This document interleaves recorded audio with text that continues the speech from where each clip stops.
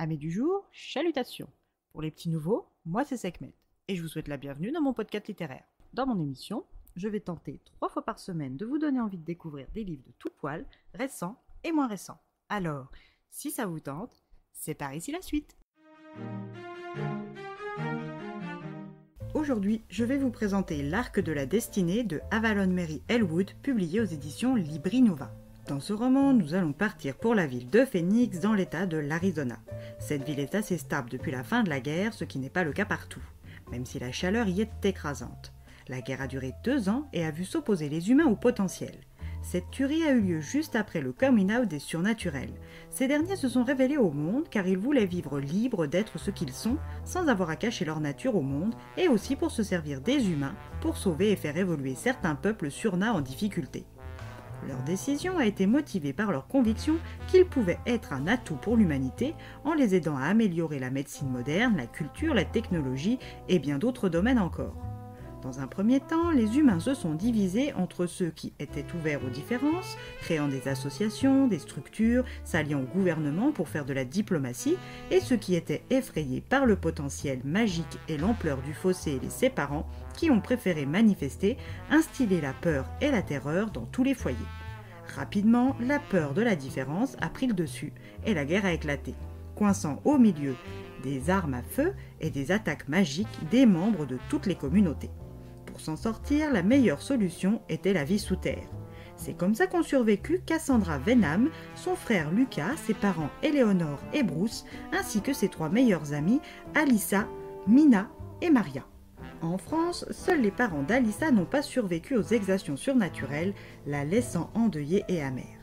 Une fois que le gouvernement a accepté en son sein des membres surnaturels, un semblant de paix s'est installé.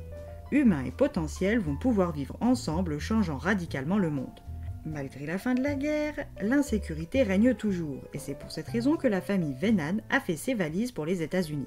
Eleanor et Bruce ont vite retrouvé du travail à Phoenix, ce qui a facilité leur intégration à tous. Ses amies sont elles aussi venues s'installer de l'autre côté de l'Atlantique pour guérir et avancer. La rentrée universitaire approche à grands pas pour Cass et son trio de copines, ce qui la stresse beaucoup. L'université, qui avant la guerre s'appelait l'Arizona State University Downtown Campus, accueille pour cette nouvelle rentrée dans ses locaux flambant neufs des élèves de tous horizons. Cass va côtoyer des elfes, des vampires, des loups-garous, des nains, des démons, des sorcières, et Dieu seul sait quelle autre espèce encore. C'est donc la boule au ventre qu'elle prend son 4x4 garé dans l'allée devant leur nouvel appart du 44 W Monroe Street pour aller à la matinée de bienvenue. Pour se rassurer, elle se répète en boucle qu'elle va y retrouver Maria, Mina et Alyssa. Cass se rassure aussi car elle sait que le gouvernement et le conclave ont mis le paquet en termes de sécurité. Le conclave s'est formé en fin de guerre avec l'élection d'un membre représentant chaque espèce ayant fait leur coming out, ce qui donne une légitimité et une quasi toute puissance politique aux nations. Cass croit en la capacité du duo conclave-gouvernement pour assurer la sécurité, mais si elle n'avait pas cette raison de stresser, Cass pourrait se détendre avec toutes ses garanties. Malheureusement, ce n'est pas le cas. Depuis toujours, elle doit partager son corps avec sa jumelle Akoris. D'un point de vue scientifique, ce phénomène est inexplicable, mais les faits sont là. 2 âmes vivent dans le même corps, et Akoris est tout l'opposé de Cassandre. Jusqu'à présent, elles se sont toujours bien entendues, et ce malgré leurs nombreux désaccords. Mais Cass le sent, cette rentrée risque de tout changer. Arrivée devant l'université, les ennuis commencent. Elle tombe sur une limousine noire d'encre qui la fascine, mais elle arrête totalement de respirer et de réfléchir quand elle croise les yeux de son propriétaire. Cette inattention va lui valoir un accrochage avec une voiture sortant de son stationnement et un coup à la tête. Quand elle se réveille, elle est à l'infirmerie avec à son chevet un homme aux cheveux argent et aux yeux bleus argentés à la beauté angélique. Cet homme est le docteur Archangel, le médecin de l'université. Il est ensuite rejoint par l'inconnu du parking, celui-là même qui s'est introduit dans sa tête causant son inattention et son accident. Lui, c'est Azriel, le directeur de l'université. Cass est sous le choc et n'est pas au bout de ses surprises, car si les humains connaissent l'existence des surnats révélés, il y a des espèces qui n'ont pas fait leur coming out, et les anges en font partie.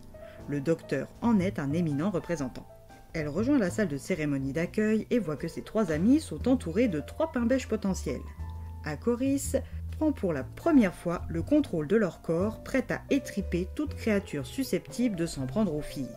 À son arrivée près d'elle, elle rencontre la détestable Isis, l'insignifiante Minerva et la princesse Camélia. Cette dernière accueille Cass comme si elle se connaissait depuis toujours, ce qui la trouble. Ce trouble lui rappelle celui qu'elle vient de vivre dans le couloir lorsqu'elle s'est effondrée devant Bastiello Hill, dit Bastille, fils de l'actuel secrétaire d'État de la Finance et de l'Économie, et actuel directeur des banques les plus populaires et riches. Son cœur bat à 100 à l'heure et il n'est pas prêt de ralentir. Lors de cette introduction par le séduisant et dangereux directeur vampire, les élèves sont répartis par nature. Camélia et Cassandre sont les premières à placer leurs doigts sur la petite boîte métallique que l'ange tient. Le voyant vert s'allume, confirmant les doutes qui lui ont traversé l'esprit plus tôt en voyant son reflet à l'infirmerie. Elle est une surnaturelle et non une humaine. À savoir maintenant quelle est sa nature et son passé qu'elle semble avoir oublié. Alors si vous voulez savoir ce qu'est Cassandre et quelle autre surprise lui réserve cette rentrée universitaire, il ne vous reste plus qu'à les lire par vous-même dans ce livre.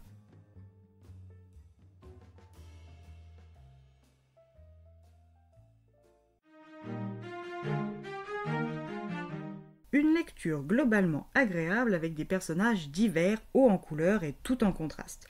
Il y en a même des qui vous sortent par les yeux, ce qui, en général, est une bonne preuve de leur force. Et bien voilà, j'en ai fini pour aujourd'hui. J'espère que cet épisode vous aura plu et vous aura donné des nouvelles idées de lecture. Si vous souhaitez découvrir d'autres petits bonbons littéraires tout droit sortis de ma bibliothèque, je vous retrouve le mardi 20 mai prochain pour un nouvel épisode. Et si d'ici là je vous manque de trop, n'hésitez pas à me rejoindre sur mon compte Instagram, @leslecturesdeSekhmet. Sur ce, chalut les amis, et à la prochaine!